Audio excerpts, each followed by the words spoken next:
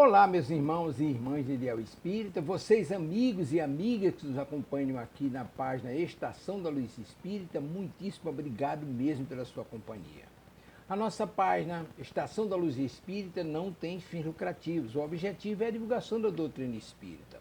E é por isso que nós reunimos aqui esta sede de matérias espíritas para que possa atender às suas necessidades, estudo, lazer, pesquisa. Você encontra aqui na nossa página Estação da Luz Espírita os livros da codificação, obras suplementares, entrevistas, palestras e os programas da Web Rádio Estação da Luz de Natal e Web Rádio Cristo Consolador de São Paulo. Ou seja, um acervo que atenda às suas necessidades, sem fins lucrativos. O objetivo é a divulgação da doutrina espírita. E agora eu convido você para nos acompanhar na reprodução de mais esse trabalho imperdível. Muito obrigado mesmo pela sua companhia e vamos juntos!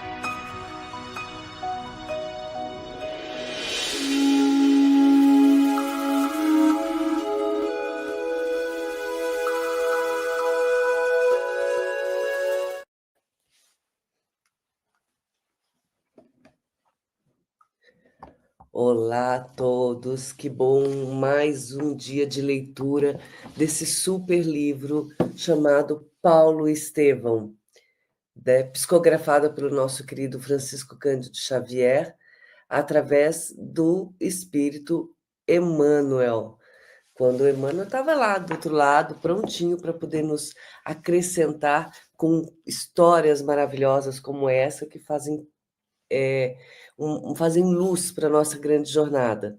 Então, mostrando para a gente, esclarecendo, né, aquilo que a gente ainda não conseguiu compreender dos ensinamentos de Jesus quando esteve encarnado aqui na Terra.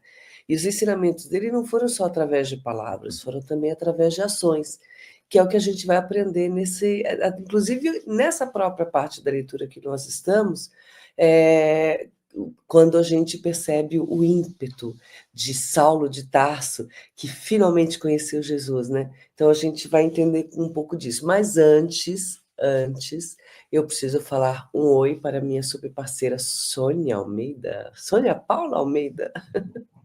Olá, muito bom dia. Se estiverem a ouvir durante a manhã, boa tarde ou boa noite. Boa tarde aí no Brasil, se estiverem em direto, boa noite aqui em Portugal. Nós estamos aqui para este programa maravilhoso, mais uma vez. Desta vez estou com a minha super parceira, como ela disse, a querida Eurídice, a minha querida mana brasileira, como eu costumo dizer, Eurídice, para darmos continuidade ao estudo do livro que transforma vidas. Transforma as nossas vidas, porque a cada momento, a cada leitura, a cada situação, a cada frase, nós começamos a compreender o quanto o livro ainda é atual para nós. O quanto ainda temos que trabalhar no nosso íntimo. Nós sabemos que a evolução dos saltos, que ela se faz paulatinamente, mas ela se faz. Todas as situações que acontecem nas nossas vidas ficam gravadas em nós, o bom e o mau. E elas, as duas coisas, concorrem para que a gente cresça espiritualmente. Porque fica a lição. A gente pode não querer aprender naquele momento, mas mais lá à frente vai fazer sentido e nós vamos aproveitar essa semente que ficou cá para a fortificar e podermos crescer rumo a tornarmos um homem integral, um homem de bem, que nos fala o Evangelho. E como também diz o Evangelho, se nós fizermos tudo o que lá está do homem de bem, mesmo ainda não é completamente um homem de bem, mas já estamos a caminho. Então que nós consigamos fazer esse trajeto diariamente, a pouco e pouco, porque é isso que Deus espera de nós. Não que a gente se transforme de um dia para o outro, mas que a gente faça com propriedade, com realidade, com segurança. Querida Eurídice. E também com responsabilidades, né? Nós estamos numa fase do planeta, né? O lindinho planeta azul. Desculpa, eu estou com minha cachorrinha aqui do lado, está assistindo também o Paulo Estevam, e ela está tentando se cobrir. Está friozinho aqui, legal, né, Sônia? E eu peço desculpa a vocês também, estou um pouco afônica. Eu resolvi ficar um pouquinho com a garganta um pouquinho ruinzinha, mas a gente consegue fazer esse trabalho hoje com vocês, que vai estar... Hoje seremos eu e a Sônia, né, aqui com vocês para poder fazer o estudo desse livro maravilhoso. Então, vamos fazer nossa abertura, oração de abertura, para poder já partir para essa leitura incrível? Pode ser, Sônia? Bora lá. Fazer então, a prece de semana, tu disseste que ias fazer. Desculpa, Sônia.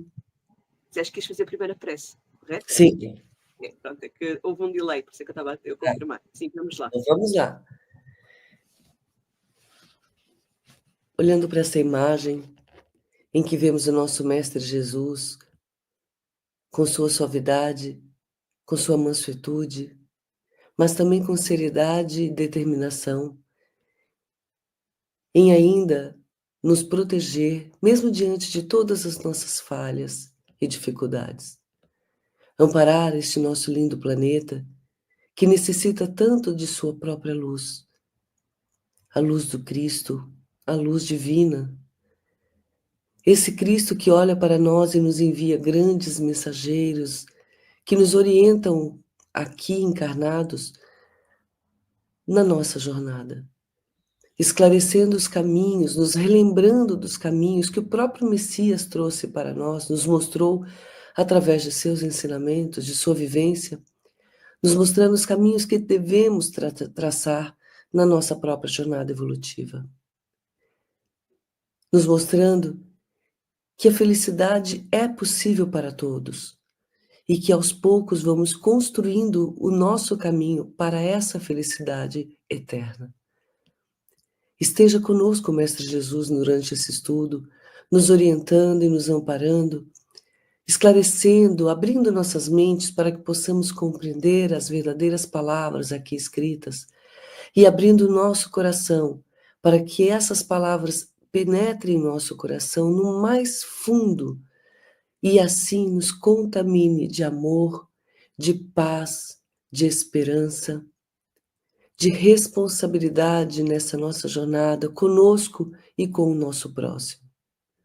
Esteja conosco, Mestre Jesus, e que possamos, principalmente durante esse estudo, estar contigo. Que assim seja. Eu acho essa imagem tão linda, desse Cristo sereno com essa mão sobre o nosso lindo planeta, eu acho de uma significação, como diz aqui em Portugal, mas de um significado, né, para a gente tão profundo, tão verdadeiro, né, que ela por si só já fala desse amor desse Cristo, né, que nos protege, esse Cristo que está ali, não só para o nosso planetinha, né, mas não deixa de olhar para nós, trazendo espíritos como Eliu, como no caso do Brasil, Ismael, para nos proteger, para nos orientar, permitindo que espíritos que nem precisariam estar encarnados aqui no nosso planeta, já de esferas superiores, possam estar conosco, né? E permitir que espíritos que estavam desencarnados, que agora a situação inverteu, possam trazer livros como esse, que nos mostram o caminho que a gente tem que seguir.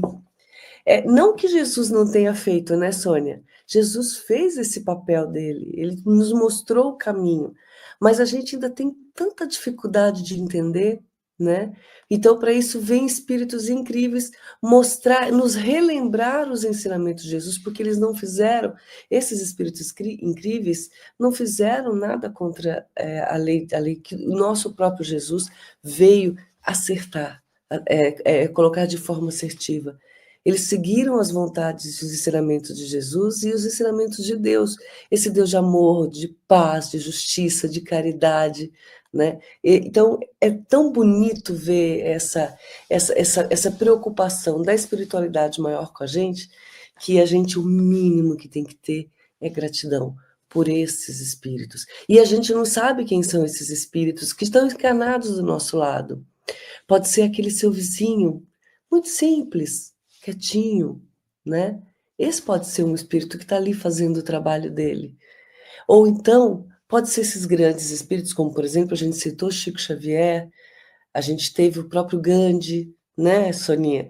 E não está só no espiritismo, tem outras religiões, Madre Teresa de Calcutá, tivemos a nossa irmã Dulce, e vários outros espíritos, não vamos citar todos aqui, porque nem cabe na minha mente, eu não consigo colocar isso. Então, isso é para lembrar o quê? Que o bem existe, o bem está atuando na Terra.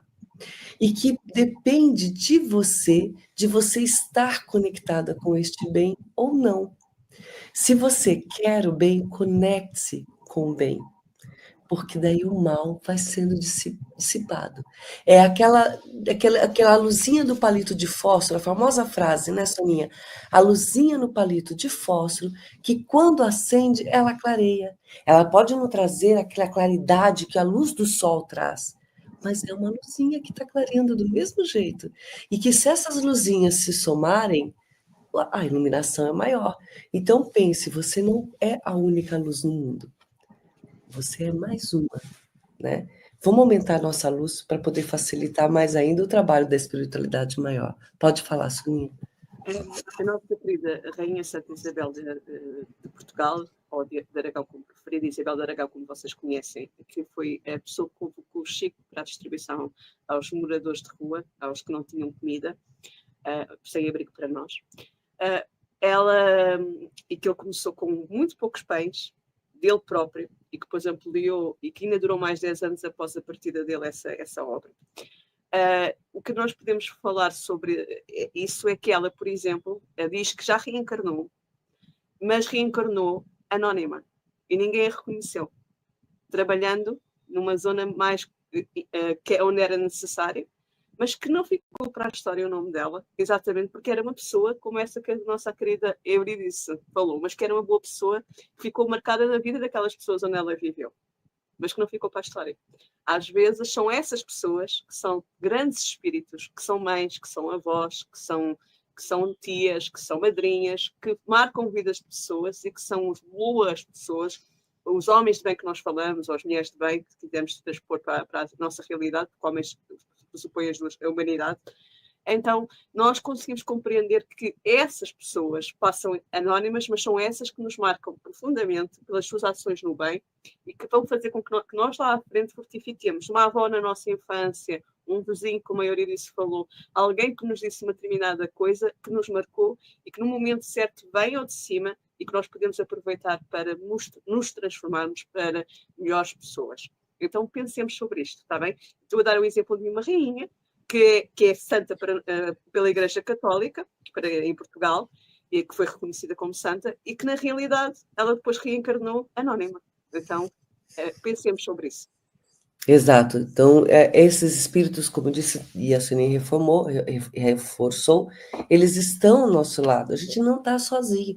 E às vezes a gente, mesmo que em alguns relâmpagos, ou então um pedacinho bem pequenininho, às vezes a gente também acaba sendo a luzinha para alguém. Então, por isso que eu falei, vamos aumentar a nossa luz, né? E entender a nossa responsabilidade diante dessa nossa encarnação. A gente está lendo aqui um livro, esse livro, que é o livro Paulo Estevão, que mostra um Saulo de Tarso, um espírito que foi muito humano, vamos dizer assim, com todas as suas dificuldades, todas as suas carências morais, não por maldade, mas porque ele ainda não conhecia a pacificação. Ele ainda não conhecia o Jesus. Ele não tinha entendido a verdadeira mensagem do Messias que havia de vir. E assim somos nós também, né? A gente ainda não entende essa mensagem do Messias que já veio, né? Que assim como Saulo não percebemos que o Messias já tinha vindo, então nós ainda achamos que o Messias já veio, mas sabemos, mas não percebemos a mensagem deles e cumprimos a nossa jornada como deixa levar. Não assumimos a responsabilidade em cada segundo da nossa vida. Jesus disse, orai e vigiai, sempre, todos os dias. E aqui o Saulo, a gente percebeu que ele não vigiou, né, dentro dessa parte da leitura que nós estamos, porque o Saulo orava, ele orou, ele passou a noite. Estudar também é orar, né? Ele passou a noite estudando os evangelhos que no caso, Ananias entregou para ele, né? Na época não se chamava os evangelhos, mas as cartas, né, as escritas, as anotações de Pedro, por exemplo, ele passou a noite estudando sobre as mensagens do Mestre Jesus. E achou que já estava preparado, mas a alma dele não estava preparada. Como a alma dele ainda não estava preparada, ele não conseguiu transmitir essa mensagem. E assim somos nós. A gente acha que não, eu já li, eu já conheço o Evangelho de cabo a rabo, seja ele de segundo o Espiritismo, ou o Evangelho católico, ou conheço a Torá inteira, e eu já posso sair pregando. Não, porque o teu exemplo, né, a tua pregação, ela tem que ser de dentro para fora. Ela tem que ser de você. De dentro para fora sai através de quê? Das ações. E além de ser das ações, consequência, como dizia o Evangelho, não foi Chico, mas ok, a Sônia vai me lembrar, ela é boa de memória. Ide e pregai o Evangelho, e se preciso, usai palavras, ou seja, colocar através das ações.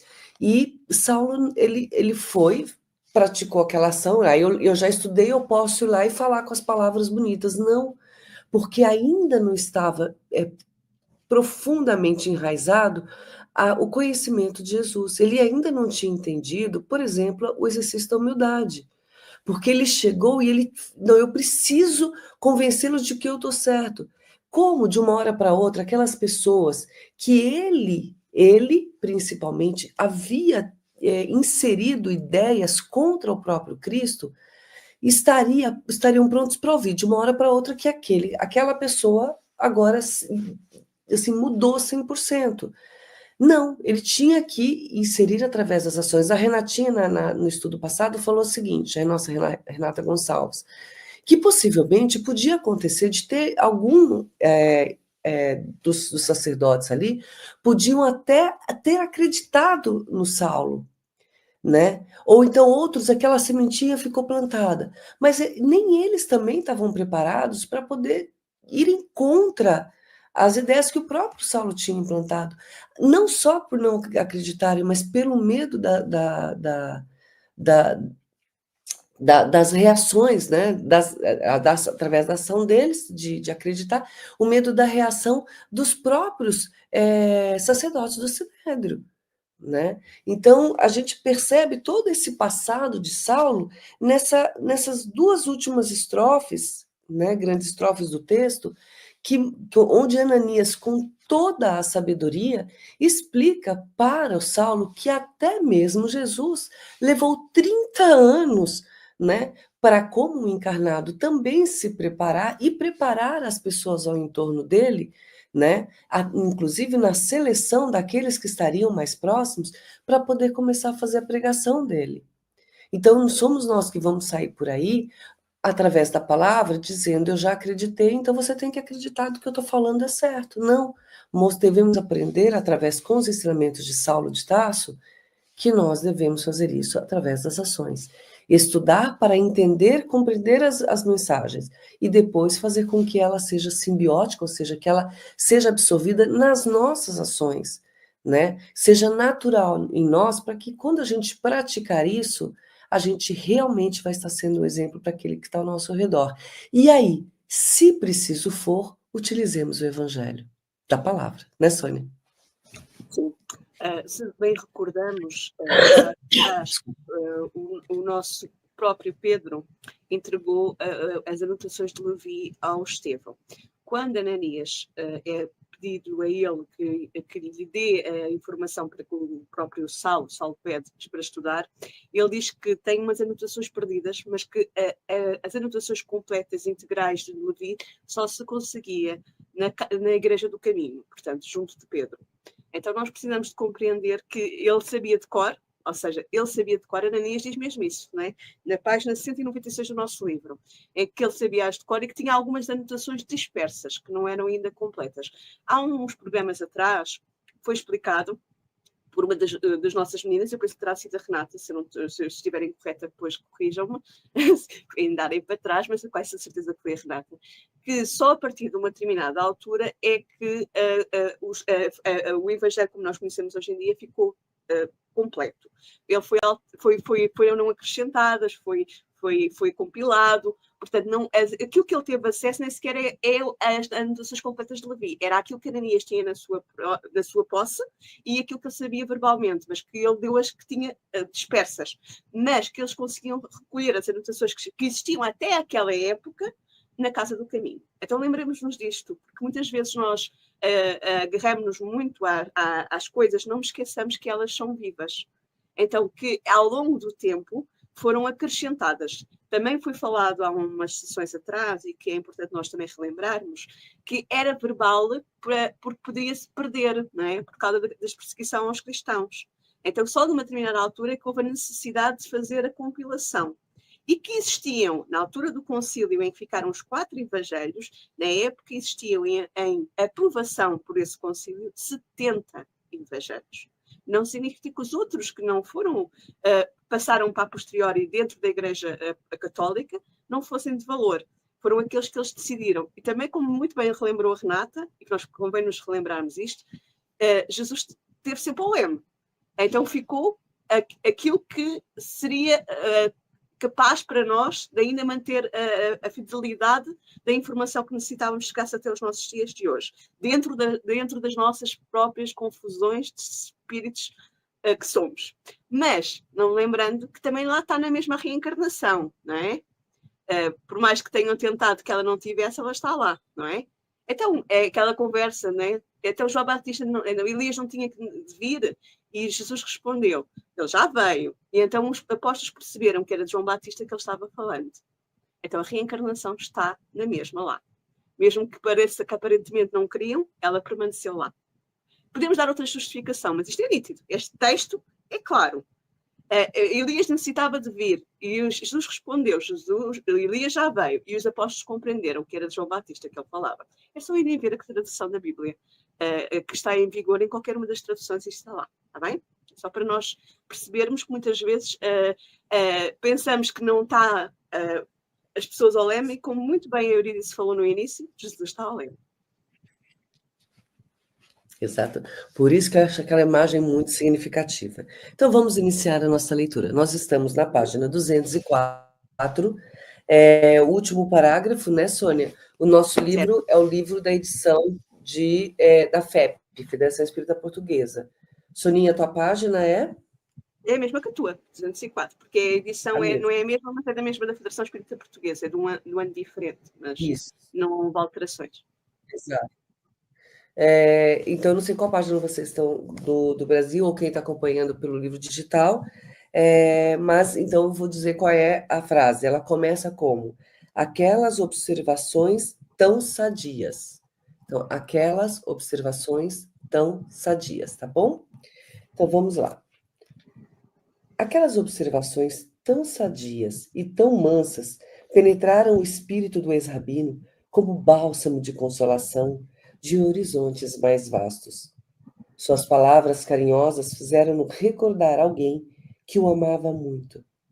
De cérebro cansado pelos embates do dia, Saulo esforçava-se por fazer melhor as ideias.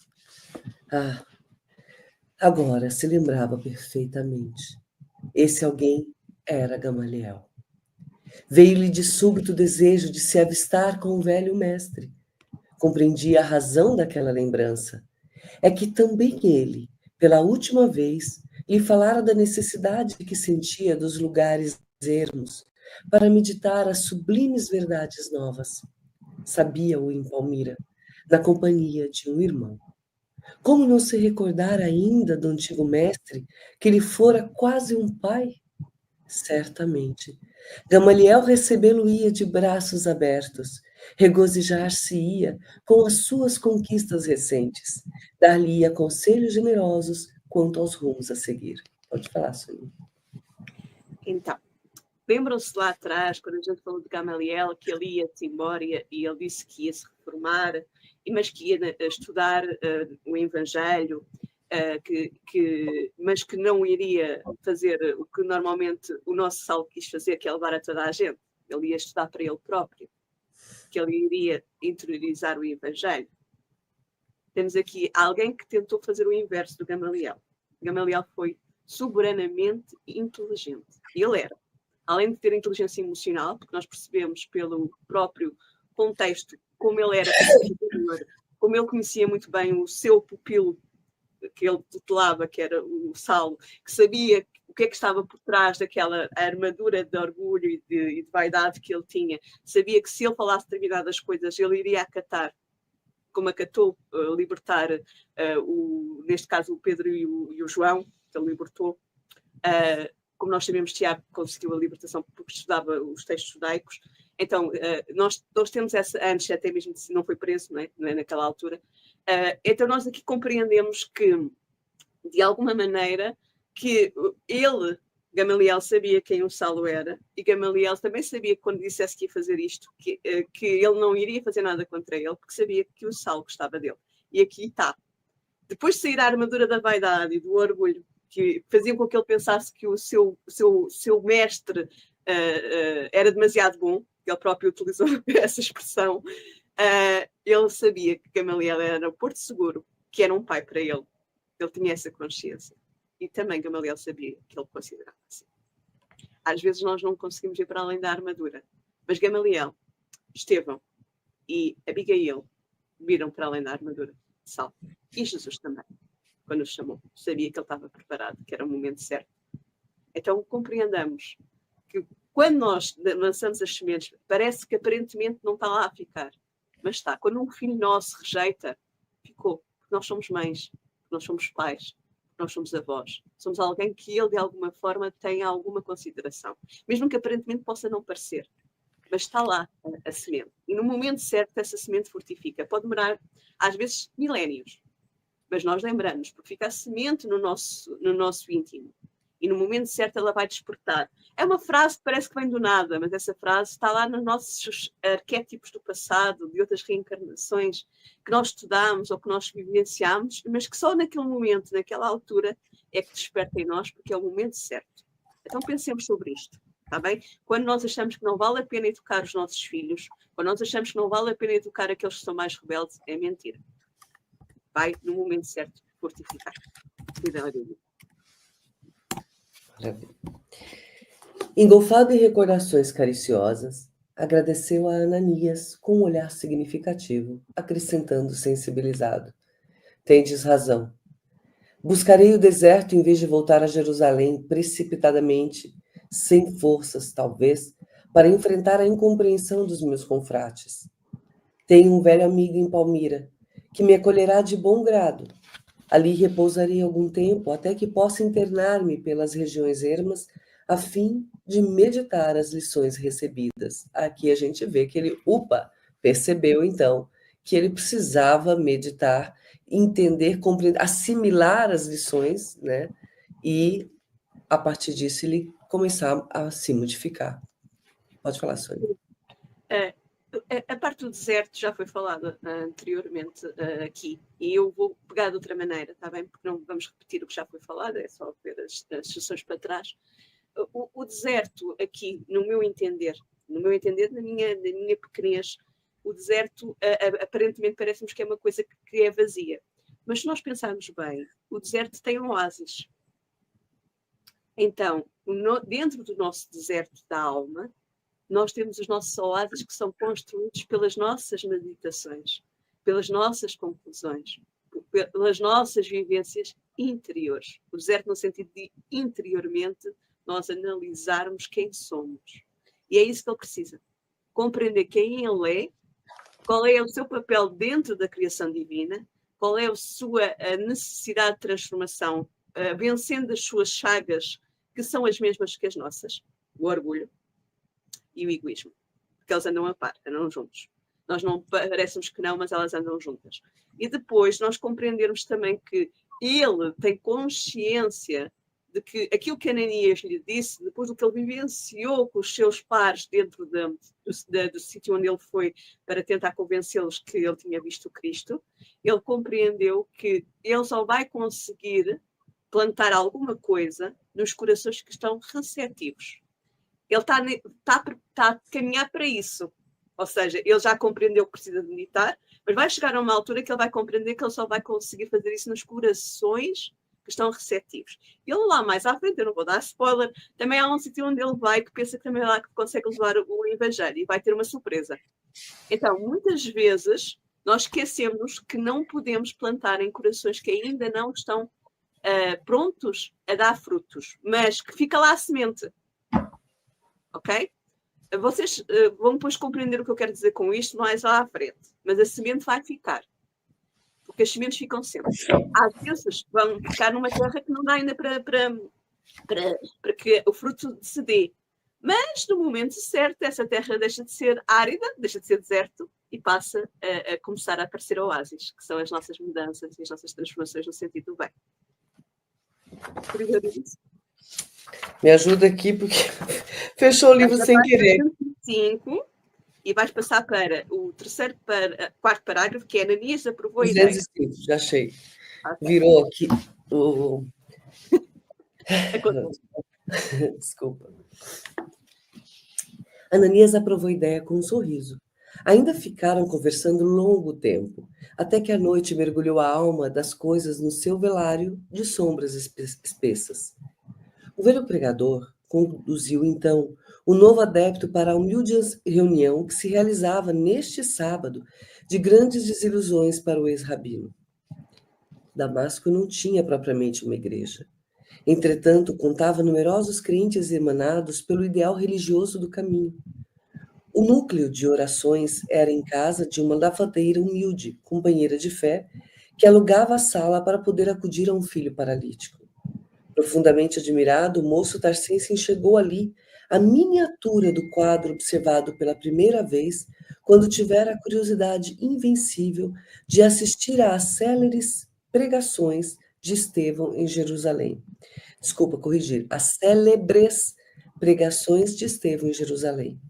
Em torno da mesa rústica, juntavam-se míseras criaturas da plebe, que ele sempre mantivera separado da sua esfera social. Mulheres analfabetas com crianças ao colo, velhos pedreiros rudes, lavadeiras que não conseguiam conjugar 2 palavras certas, anciães de mãos trêmulas, amparando-se a cajados fortes, doentes misérrimos que exibiam a marca de enfermidades dolorosas. A cerimônia parecia ainda mais simples que a de Simão Pedro e seus companheiros galileus. Ananias chefiava e presidia o ato, sentando-se à mesa, qual patriarca no seio da família, rogou as bênçãos de Jesus para a vontade de todos. Em seguida, fez a leitura dos ensinos de Jesus, respingando algumas sentenças do mestre divino nos pergaminhos esparsos. Depois de comentar a página lida, ilustrando-a com a exposição de fatos significativos do seu conhecimento ou da sua experiência pessoal, o velho discípulo do Evangelho deixava o lugar, percorria as filas de bancos e impunha as mãos sobre os doentes necessitados. Eu vou dar uma pausa porque realmente é muito longa e eu sei que a Sônia também está fazendo agora. Isso é um Evangelho numa casa espírita. Exatamente. A imposição das mãos é a mediunidade de cura, por passe. Nem todas as pessoas podem ser curadas, lembrando disso. Aliviadas podem ser, curadas não. Porque a cura pressupõe a mudança interior que levou a que a pessoa adoecesse. Não é? Então, muitas vezes nós conseguimos ajudar, é um paliativo, mas não podemos curar porque a pessoa ainda tem a necessidade de que a doença permaneça para a sua própria transformação moral. Há doenças que são congénitas, que nós nascemos com elas, e que não têm cura ainda para a medicina da terra e que também não vai ser passível de ser curada por uma casa espírita ou por qualquer outra casa de oração. Mas a cura verdadeira é a cura interior de nós. E aí entra a questão da leitura do Evangelho. Quando nós vamos à casa espírita, que vamos usar a casa espírita como exemplo, mas podia ser uma casa de oração, porque existem outras que fazem o mesmo que nós, mas de uma maneira diferente. Vamos a uma casa espírita, nós temos a leitura do Evangelho e pode haver a questão do passe, mas é sempre convocada a pessoa ao estudo, à transformação moral, à vivência do Evangelho. E essa é que é a verdadeira cura. Porque é o espírito que está doente. A doença reflete-se no corpo, mas vem do espírito. Quando nós curamos o espírito automaticamente vai ficar melhor e quando chegamos ao plano espiritual estaremos em melhores condições. A próxima vida já não precisaremos passar pelas mesmas doenças porque já tivemos a cura do espírito e automaticamente viremos com um corpo mais saudável. Mas nós não nos podemos esquecer disto. É importante que nós compreendamos que não há milagres no sentido em que só acontece aquilo que está na nossa necessidade kármica. Nós podemos mudar o nosso roteiro e até poder ser minimizada a dor que nós estávamos previstas ter, sim. Okay? Como o nosso apóstolo Pedro nos ensinou, o amor apaga uma multidão de faltas, ou de pecados, como quisermos a tradução. É possível, sim. Mas, reparem, dar um exemplo real, uma história real. Um senhor que era muito boa pessoa, que teve a vida inteira excelente pessoa, tem um acidente numa fábrica e perde um dedo. Foi depois dito pelo plano espiritual que ele não perdeu o braço como estava previsto, exatamente porque ele foi fazendo um roteiro de transformação. Perdeu só um dedo. Essa perda desse dedo serviu para ele relembrar e permanecer no caminho do bem, que deveria continuar a permanecer no caminho do bem. Não havia necessidade. Pensamos nós, havia. Porque nada nos acontece por acaso. Às vezes nós achamos que as coisas acontecem ao acaso. Há uma história verdadeira também, que eu vou trazer para aqui porque ilustra o que eu quero dizer, que é uma senhora que estava sempre a orar pelo seu filho para ele sair da cama porque ele estava numa cama, entravado. Ela conseguiu que ele saísse da cama. E a seguir ele começou a fazer todos os disparates que o levaram à cama. Nós sabemos que quase todos aqueles que Jesus curou voltaram aos mesmos erros e voltaram às mesmas doenças porque eles não se conseguiram transformar interiormente. Houve ali aquele... Por isso é que ele dizia, vai e não peques mais. Era para não acontecer novamente a questão deles terem necessidade de adoecimento, porque isso é lei de causa e efeito. Eu faço uma ação má, se eu comer demais, o meu estômago vai doer. Então nós precisamos de compreender isto. Então é importante nós percebermos isto, está bem? A nossa transformação moral leva a que, mesmo numa situação de doença, que é o que acontece com estes nossos irmãos, nós conseguimos ter a aceitação e a resignação e fazer a nossa parte de amar. Porque mesmo estando doente, nós conseguimos amar. Olha o exemplo do Jesus Gonçalves. Que exemplo lindo e maravilhoso que vocês têm. O exemplo do Jerónimo de Mendonça. Que coisa linda, não é? Que são exemplos maravilhosos que nós vimos pessoas que conseguiram utilizar a sua situação de doença para chegar aos outros. Para transformar a vida dos outros e a sua própria vida, porque eles, quando chegaram ao plano espiritual, estavam em muito melhores condições de quando reencarnaram. Então, nós precisamos de compreender esta necessidade. Eu queria também falar aqui também numa coisa que eu achei muito bonita, que é cá para trás, que é o nosso amigo Saulo está a vivenciar o que já vivenciou, só com outra visão. E ele está a ver aquilo que viu na primeira pregação de Estevão, que chamou a atenção, o fato de acudirem aos mais necessitados, aos que estavam doentes, aos que eram colocados de parte, lembrando que os judeus colocavam de parte as pessoas doentes das suas famílias. Se um pai adoecia, o pai era colocado de parte. Se uma mãe adoecia, a mãe era colocada de parte. Se um irmão adoecia, o irmão era colocado de parte. Eles não tratavam, eles não acolhiam, eles não acudiam. Então, nós conseguimos compreender o porquê da reação do Sadoc inicial. Porque era assim que eles eram educados. Eram educados para não cuidar da sua família. E temos que olhar para essa visão daquela época. Ok? Porque muitas vezes nós pensamos, hoje em dia, se um de nós fizer isso num mundo cristão, onde nós estamos inseridos, os que somos cristãos, não são todos cristãos no mundo, lembremos-nos disso, os que somos cristãos, os que nos dizemos cristãos, se nós fizermos este ato de colocar um familiar nosso de parte que está doente, nós vamos achar isso chocante e preocupante, porque não é suposto nós fazermos isso depois da vinda de Jesus, nem depois destes exemplos que nós temos aqui na Casa do Caminho e ao longo do tempo em que nós supostamente temos que cuidar uns dos outros. Mas naquela época era o que eles sabiam. Então lembramos-nos disso, está bem?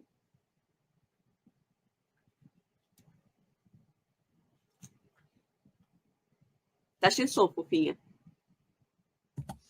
Pronto. Comumente, segundo o hábito das primeiras células cristãs do primeiro século, ao memorar as alegrias de Jesus, quando serviu o repasto aos discípulos, fazia-se modesta distribuição de pão e água pura em nome do Senhor. Saulo serviu-se do bolo simples, enternecidamente. Para sua alma, o cibo mesquinho tinha o sabor divino da fraternidade universal. A água, clara e fresca da bilha grosseira, soube-lhe a fluido de amor que partia de Jesus, comunicando-se a todos os seres. Ao fim da reunião, Ananias orava fervorosamente. Depois de contar a visão de Saulo e a sua própria, nos comentários singelos daquela noite, pedia ao Salvador protegesse o novo servo em demanda a Palmira, a fim de meditar mais demoradamente na imensidão de suas misericórdias. Ouvindo-lhe a rogativa que o calor da amizade revestia de amavio singular, Saulo chorou de reconhecimento e gratidão, acompanhando as emoções do rabino que fora, como as do servo de Jesus que agora queria ser. Nas reuniões suntuosas do Sinédrio, jamais ouviram um companheiro exorar ao céu com aquela sinceridade superior. Entre os mais afeiçoados, só encontrara elogios vãos, prontos a se transformar em calúnias torpes, quando lhes não podia conceder favores materiais. Em toda parte, admiração superficial, filha do jogo dos interesses inferiores. Ali, a situação era outra. Nenhuma daquelas criaturas desfavorecidas da sorte viera pedir-lhe facilidades. Todos pareciam satisfeitos ao serviço de Deus, que assim os congregava a termo de trabalhos exaustivos e penosos. E, por fim, ainda rogavam a Jesus lhe concedesse paz de espírito para seu empreendimento. Deixa eu só fazer um comentário aqui, que depois eu esqueço. Enquanto eu lia isso, eu vi o seguinte, né? Tem duas anotações, vou fazer só a primeira, a segunda eu falo depois. É o seguinte, a gente pede para Deus todo dia tirar da gente todas as dificuldades do caminho, né? Tira as dificuldades do meu caminho, tira. Só que se a gente não tiver as dificuldades do caminho, a gente não vai vencer, a gente não vai aprender, a gente não vai se fortalecer.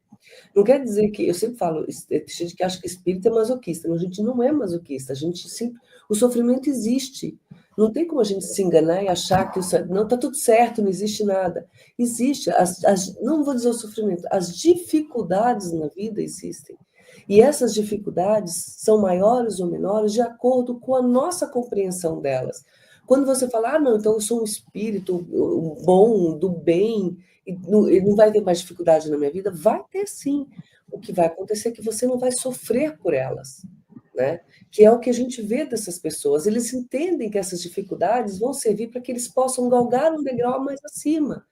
Por quê? Porque eles vão compreender a sua própria força, né? Vão achar dentro de si a força para vencer essas dificuldades. E aí, na próxima vez que ela vier de novo, já está passado de letra. Isso aqui já não me incomoda mais, isso aqui já consigo resolver de letra. Um vizinho que é maledicente comigo o tempo todo. Dou um exemplo, tá, gente? É maledicente comigo o tempo todo.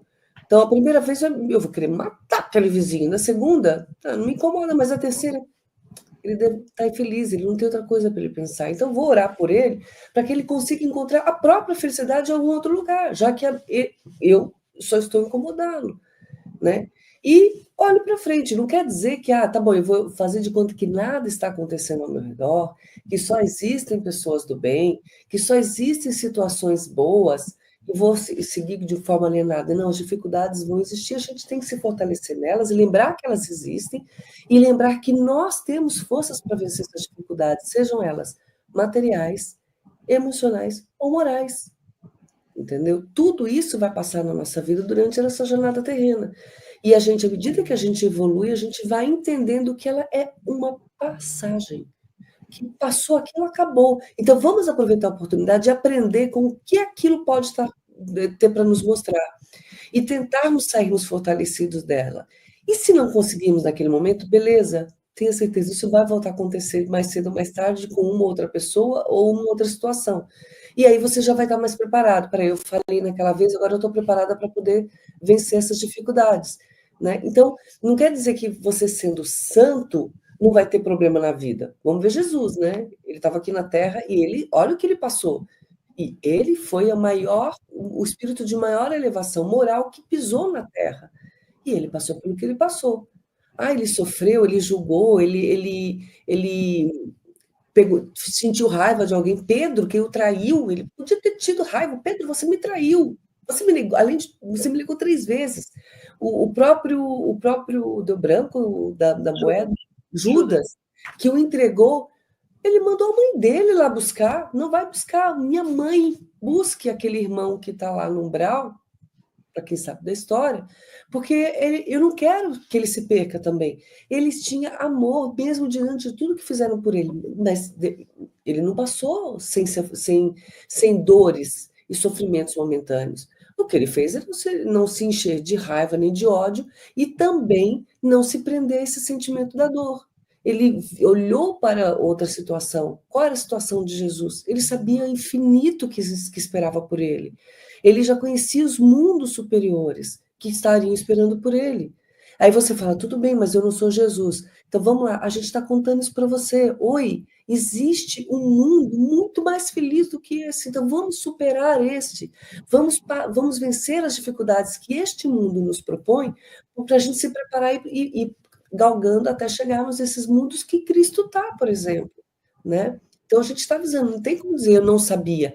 E a gente, o Espiritismo, várias religiões pedem que aconteça o quê? Pratique o bem e a caridade. Respeite a Deus, respeite a você mesmo, né? Então, o mundo está avisando, não tem como você dizer eu não fui avisado disso, você foi avisado. Então, faça a sua parte, porque depende de você. Os espíritos vão estar do nosso lado para nos proteger, nos amparar, mas não para fazer a nossa parte. Para nos fortalecer naquele momento de dificuldade, você não vai chorar sozinho, eles estão do seu lado chorando com você, e sempre que possível, suavizando a sua jornada, de acordo com o seu merecimento. E o merecimento se dá pelo aprendizado. Você aprendeu? Então vamos cuidar disso aqui.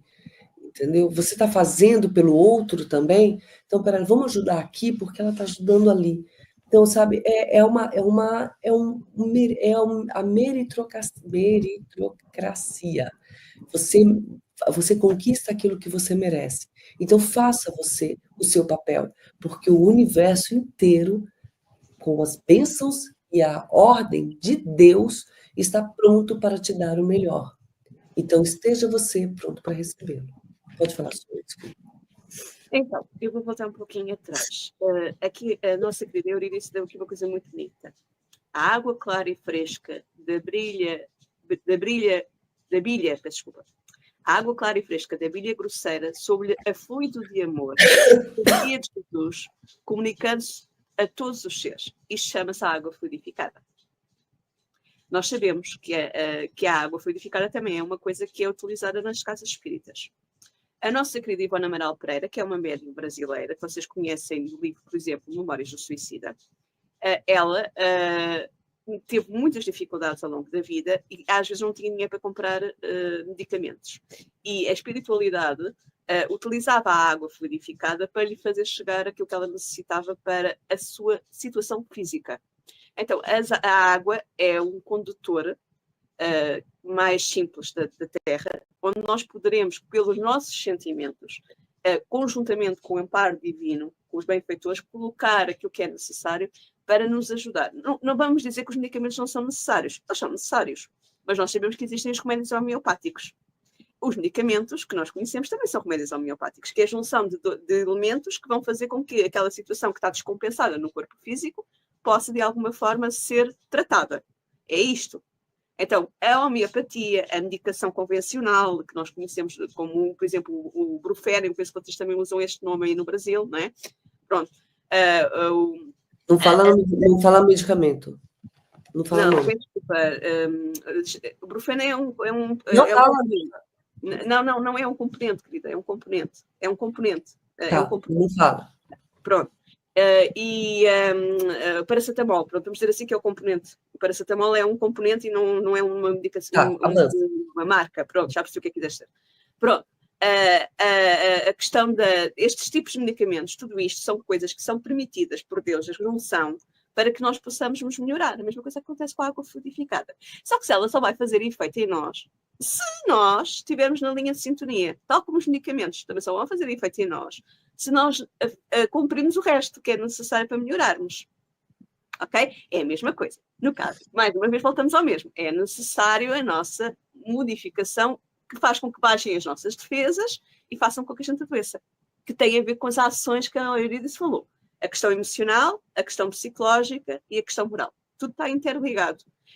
A ciência convencional chegou a esta conclusão. Quando tratam doenças oncológicas, necessitam também tratar a parte psíquica, para que a pessoa consiga superar a situação em que se encontra. Então também há essa componente. São uma equipa multidisciplinar, desde a nutrição, passando pela questão psíquica, passando por tudo, inclusive em alguns locais, como por exemplo acontece cá em Portugal, na Oncologia do Porto, tem tratamentos que são semelhantes à questão do passe.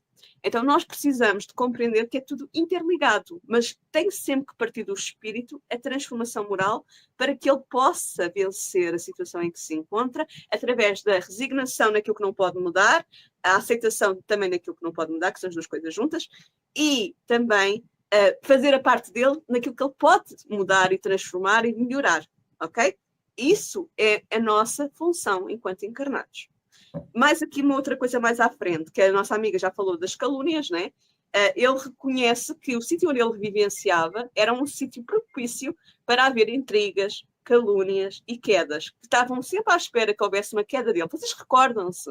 Quando ele foi lá e perdeu aquela situação da palestração com o Estevão, que os outros que eram supostamente amigos deles ficaram muito felizes porque foi a primeira vez que o viram perder uma palestração.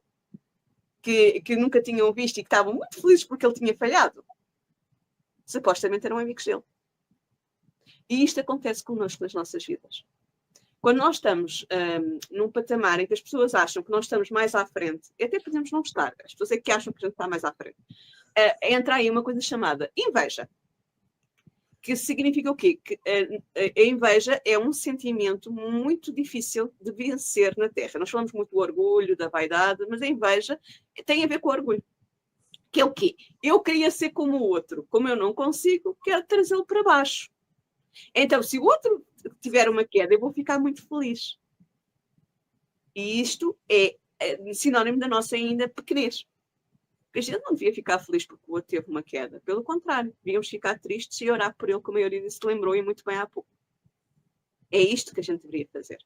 Quando alguém nos faz um mal, nós achamos que é um mal, que às vezes até pode não ser. A pessoa até pode estar a ser sincera connosco, chamarmos a atenção para uma coisa menos boa que nós temos, mas nós não gostamos, porque fere o nosso orgulho, entra outra vez a nossa chaga, e então nós, quando ela tem uma queda, nós ficamos muito felizes porque aí entra a questão da vingança, a lei de talião, olho por olho, dente por dente.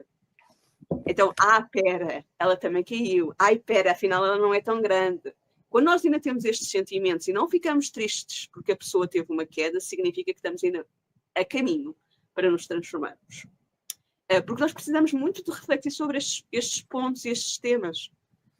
Porque, na realidade, muitas vezes nós achamos que somos muito mais do que realmente somos. Se nós fizermos uma análise verdadeira de quem nós somos, compreendemos que ainda temos a inveja, ainda temos o desejo de vingança, ainda ficamos contentes com a queda do outro. E isto são pequenos restos ainda dos nossos passados, em que nós vivenciamos a lei de talião constantemente. Nós temos uma expressão aqui em Portugal, que é: quem não sente não é filho de boa gente. A nossa querida Cátia foi uma querida, porque ela deu uma ressignificação a esta expressão portuguesa aqui de Portugal, que na realidade para nós quer dizer que tens de ficar magoada, tens de ficar chateada porque a pessoa te fez um mal. É isto que quer dizer a significação cá em Portugal. Só que ela disse: não, mas pode ser sentir o amor. Pois pode. Quem não se sente não é filho de boa gente, ou seja, quem não sente o amor não é filho de boa gente. Não é verdade. Porque na realidade todos nós ainda sentimos, graças a Deus, né? Sentimos o amor, só que é o amor ainda embrenhado nas ervas daninhas que fazem com que ele não seja tão grande como era o amor de Jesus, e que a nossa Eurídice hoje relembrou e muito bem, né? Ela relembrou daquela questão da mãe de Jesus, Maria de Nazaré, que trabalha no Vale dos Suicidas, portanto, ela não foi lá só tratar de Judas, ela trata de todos os que passam por essa situação para o plano espiritual. Ela tem uma equipa que chama-se as Servas de Maria, que trabalham nessa zona e que são comandadas por ela para ajudar aqueles que, infelizmente, partem pela porta do suicídio. Judas partiu pela porta do suicídio. Mas Jesus não fez só isso. Nós temos a Jesus na cruz, em que lhe aparece um dos seus amigos espirituais, que são alguém que ele gera, né? Que nós costumamos chamar de anjos, mas é um benfeitor. E que vira-se para ele, Judas, e ele diz, vai ajudá-lo. Ele ainda está na cruz. E nós também sabemos, pela literatura, que aqueles 3 dias em que Jesus esteve ausente e que não apareceu aos apóstolos, ele esteve na zona umbralina onde se encontrava Judas a tratar de Judas. E isto, maior amor do que este, é impossível. Claro que ele não podia tirar a expiação de Judas. Claro que ele não poderia tirar a necessidade de Judas reconhecer o seu erro e, principalmente, vencer o seu remorso. Porque o que fez com que ele permanecesse tanto tempo lá era o remorso dele. E Maria, a conversa de Maria, que a nossa querida Euridice falou, ele diz que como é que tu me podes... que ele não estava a ver. Ele estava cego no plano espiritual. Ele não a reconheceu por isso. E ela virou-se, mas como é que tu me podes amar, falar-me assim, se a minha própria mãe não me amou? Então há muito mais camadas na história de Judas do que aquela que a gente conhece aos dias de hoje. E Judas já venceu. Judas já veio, já reencarnou e já fez a sua transformação também. E nós ainda estamos a olhar para os Judas traidores, que assente que nós todos os dias, muitas vezes, teríamos Jesus quando não somos verdadeiramente cristãos e não vivenciamos o cristianismo. Minha querida Euridice, estamos em cima da hora, não é? Exato. Vou só terminar de ler essa página para a gente já ir para outra, continuar semana que vem, tá? Terminada a reunião, Saulo de Tarso tinha lágrimas nos olhos. Na igreja do Caminho, em Jerusalém, os apóstolos galileus o trataram com especial referência, atentos à sua posição social e política, senhor das regalias que as convenções do mundo lhe conferiam. Mas os cristãos de Damasco impressionaram-no mais vivamente. Arrebataram-lhe a alma, conquistando-a para uma afeição imorredora, com aquele gesto de confiança e carinho, tratando-o como irmão. Pronto, vamos parar a leitura aqui hoje, a gente já está em cima da hora. Só fazer um pontinho aqui.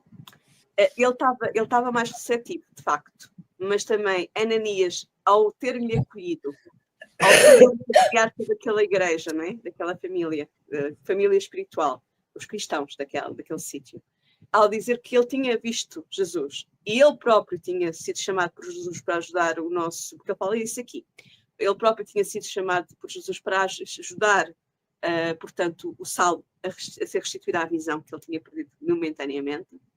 Ele está a dizer que ele se transformou. E por isso, aqueles que confiavam nele, em Ananias, os cristãos, aqueles cristãos simples, disseram, ele converteu-se, então ele passa a ser um irmão nosso. Quando nós percebermos que todos os cristãos, independentemente de serem espíritas, católicos, protestantes, evangélicos, ou o que seja, somos todos uma mesma família, independentemente de a gente estar a seguir o Cristo dentro de uma visão diferente, o Evangelho é o mesmo para todos.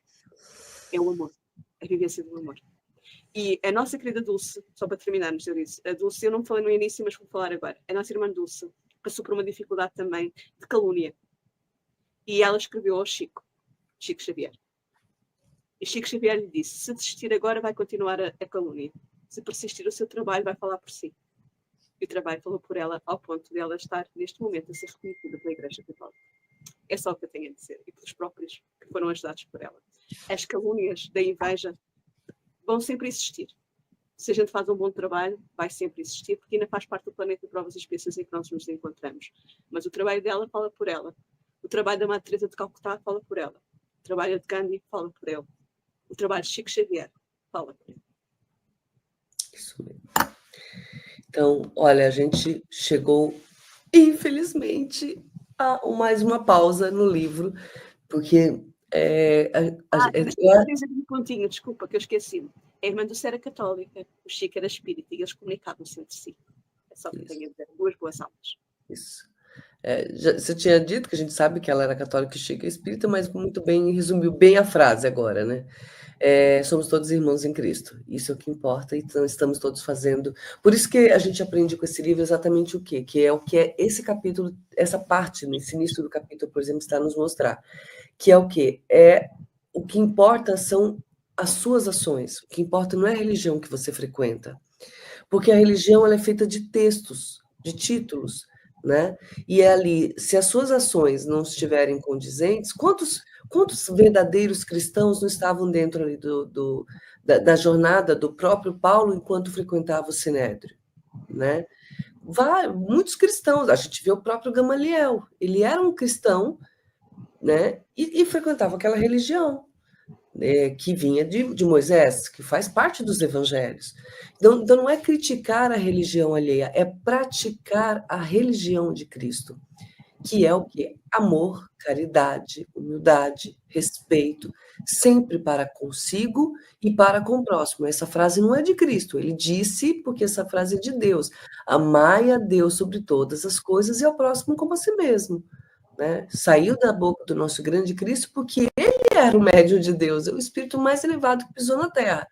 Então, ele aprendeu essa lição. Então, isso que tomara que a gente consiga aprender, né? Amar os nossos inimigos e amarmos a nós mesmos. Porque se a gente se ama, a gente sabe que a gente merece o mundo feliz. Aí a gente só precisa fazer a nossa parte para poder conquistar esse mundo feliz. E parte dessa nossa parte é a continuidade, né, Sônia, da leitura desse livro, que acontece todos os sábados. Agora nós estamos em horário de verão, né? Então, o horário é Brasil, 16 horas, horário de Portugal, e, desculpa, a gente saiu do horário de verão aqui em Portugal. E em Portugal, que antes era às 20, agora 19 horas, tá bom? E no próximo sábado, que vai ser já a 8ª leitura, quem vai estar conosco aqui, encerrando, né, sobre o tema Rumo ao Deserto, ainda no capítulo 1, vai ser o nosso Super Glauco Gonçalves, tá bom?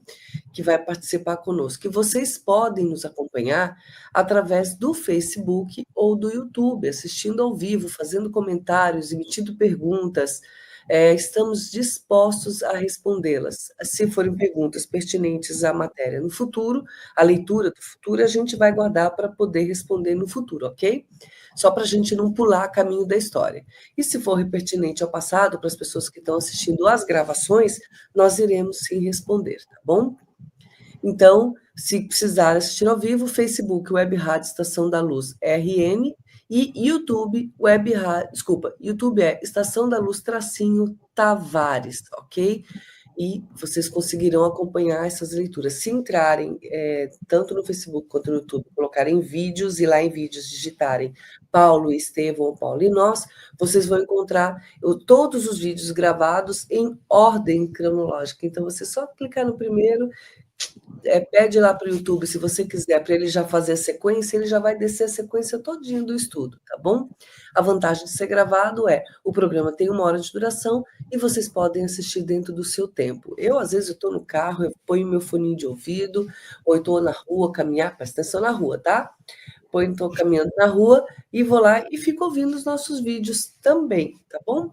E temos toda terça-feira com as meninas das epístolas, Kátia Boeloni, Sandra Boara, Heloísa Assunção e Sonja Lobo, nós temos o estudo das epístolas de Paulo, nós estamos falando das epístolas de Paulo, ou epístolas paulinas, né, e no momento estamos terminando já a 2ª carta aos Tessalonicenses, né, a 2ª epístola, ou carta, à comunidade de Tessalônica, que Paulo encaminhou, uma carta lindíssima, lindíssima, eu não fazia ideia de quão bonita era essa comunidade dos tessalônicos, né? A gente aprende muito com essas meninas maravilhosas, também 16 horas horário de Brasil, 19 horas horário de Portugal, e podem acompanhar ao vivo pelos mesmos canais do YouTube e do Facebook, né? Ou também dentro dos canais assistir as gravações, tá bom? Porque todo o programa é gravado. Se você não quiser participar, eu não quero que meu nome apareça, eu não quero, né, sabe, só quero assistir, não quero nada, mas tem dúvidas ou tem comentários a fazer, não tem problema, não precise postar lá, Temos aqui, vai passar aqui embaixo na tarjinha azul agora, no nosso Novembro Azul. Meninos, se cuidem, hein? Vai passar a tarjinha, que fica constantemente durante o programa. O nosso WhatsApp, onde você pode encaminhar uma mensagem, não precisa nem se identificar, e essa mensagem vocês vão, vai chegar até o Tavares através do número 5584 981853100. Aí vocês enviam a pergunta que o nosso Super Tavares vai fazer chegar até nós essas perguntas ou estes comentários, tá bom? Ele é um super competente parceiro responsável por esse brinquedo lindo chamado Web Rádio Estação da Luz, onde a gente tem a alegria de poder fazer o nosso papel, que é disseminar os ensinamentos de Cristo dentro da nossa humilde compreensão para o maior número de pessoas possíveis. Então, pedimos que você também faça a sua parte. Divulgue esse trabalho, porque é um trabalho do bem, que vai, no mínimo, fazer com que as pessoas fiquem um pouquinho melhores. Às vezes ela está precisando de uma mensagenzinha que vai ser dita aqui, e você está fazendo o seu papel. Sônia, muito obrigada por hoje, pela parceria, e até sábado com o nosso Glauco. Certíssimo. Muito obrigada a todos. Muito obrigada pela vossa compreensão e paciência. Minha querida Euridice, muito obrigada, como sempre. Um abracinho para as 15 horas, querida. E brevemente estaremos de volta, uma terça-feira ou um sábado, ou uma quarta-feira, dependendo se é a Semana do Evangelho. Muito obrigada, queridos, do fundo do coração. Obrigada. E obrigado a todos vocês também que estiveram conosco. Muita luz para você e para o seu lar. Vamos fazer nossa oraçãozinha de encerramento. Aproveite, pede as energias para a sua casa. Não só a casa física, como a casa material, né? Como a sua casa do seu corpinho também, né? Muita luz e muita proteção para você. Agradecemos a Ti, Mestre Jesus, nosso irmão querido, por mais esse dia de estudo, de aprendizado. Pedimos que esteja conosco, nos fazendo lembrar tudo aquilo que foi ensinado, que aprendemos aqui nesse estudo, esclarecendo o nosso coração, esclarecendo a nossa mente, nossa consciência, e que possamos, literalmente, assumirmos o compromisso de sermos a Tua luzinha aqui neste mundo, e que a cada dia possamos aumentar essa luz para estarmos verdadeiramente contigo, estarmos verdadeiramente em sintonia com a vontade de Deus, nosso Pai Criador. Uma boa semana a todos e até o nosso próximo sábado.